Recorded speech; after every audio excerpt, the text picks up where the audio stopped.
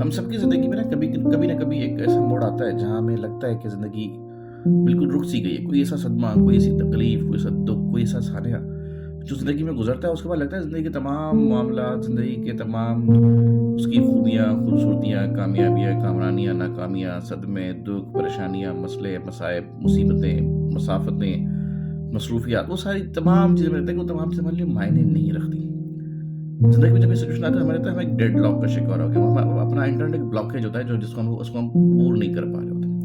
یہ وہ لمحہ ہوتا ہے جہاں پہ اگر آپ اپنے آپ کو سنبھال پائے تو میرا خیال ہے کہ اس کے بعد سے آپ کی زندگی کے اگلے تمام قدم جو بھی پڑتے ہیں وہ کامیابی کی طرف پڑتے ہیں. اگر کہ آپ زندگی میں کسی ایک ایسی وجہ کو شو اسٹاپر بنا کے آپ رک گئے، اپنی زندگی کو آپ نے بریک لگا دیا اور آپ نے آپ کو روک دیا، تو وہ ایک بریک، وہ ایک زندگی کا جو ایک مرحلہ ہوتا ہے، آپ کی زندگی کا تمام زندگی کا امتحان ہوتا ہے، ایک آزمائش ہوتی ہے، سب سے بڑی آزمائش ہوتی ہے.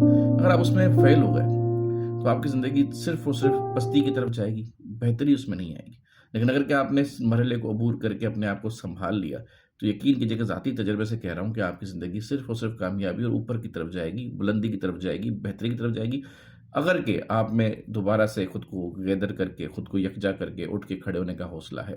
اور اگر کہ نہیں ہے تو میں تلخ حقیقت بیان کر دوں کہ اگر آپ نے آج اپنے آپ کو نہ سنبھالا تو کل آپ کو سنبھالنے والا کوئی بھی میسر نہیں ہوگا.